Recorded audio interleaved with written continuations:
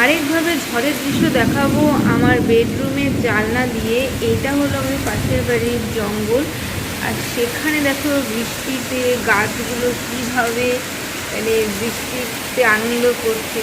আর জল মানে প্রচুর সাপোর্ট দিচ্ছিল, প্রচুর। আমি কোনোভাবে ভিডিওটা করেছি কারণ সত্যি খুব সুন্দর এই দৃশ্যটা, যে বৃষ্টির এই সাপোর্ট আর এত সুন্দর ঠান্ডা হাওয়া দিচ্ছিল জানলা দিয়ে ভিডিওটা করছিলাম। আর মোবাইলটা পুরো ভিজেই গেছিলো। শুধু দেখো চকচক করছে গাছের পাতাগুলো, খুব সুন্দর লাগছিল। খুব সুন্দর একটা বৃষ্টি ভেজা গন্ধ মাটির। আর এটা কিন্তু সচরাচর পাওয়া যায় না, ফ্ল্যাটে থেকে মাটির সেই সুন্দর গন্ধ পাওয়া যায় না। আমি একটু ভাগ্যবান তাই জন্য পাচ্ছি, কারণ পাশে এই জঙ্গলটা রয়েছে। যতদিন জঙ্গলে থাকে ততদিন এই আনন্দটা উপভোগ করে নিই, গাছের সুন্দর পাতা ঝরা আওয়াজ, এই বৃষ্টির আওয়াজ, পাতায় পড়া।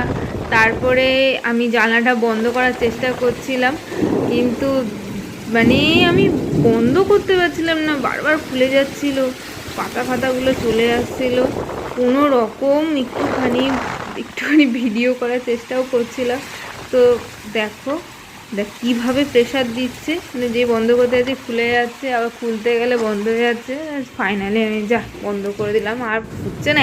চলে গেলাম আমার ডাইনিংয়ের জানলা দিয়ে তোমাদের দেখাতে।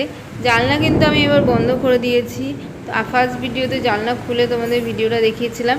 এইবার আমি জানলাটা বন্ধ করে দিচ্ছি, কিন্তু কারণ আর নেওয়া যাচ্ছে না, এত পরিমাণে জল ঢুকছে, এত হাওয়া দিচ্ছে। পাশে আমার ফ্রিজ ছিল, একদম রিস্ক নেওয়া যাচ্ছিলো না, তো জানলা বন্ধ করে দিয়েছিলাম। জানলার বাইরে দিয়ে কীরকম দেখো পুরো জলের জল হয়ে গেছে, মনে হচ্ছে না কত বরফ পড়ছে। সত্যি বরফ পড়েছিল, ঠান্ডা হয়ে গেছিলো পুরো একদম চারিদিকটা। আর আমি জানলার ভিতর দিয়ে ভিডিওগুলো করছিলাম, দেখো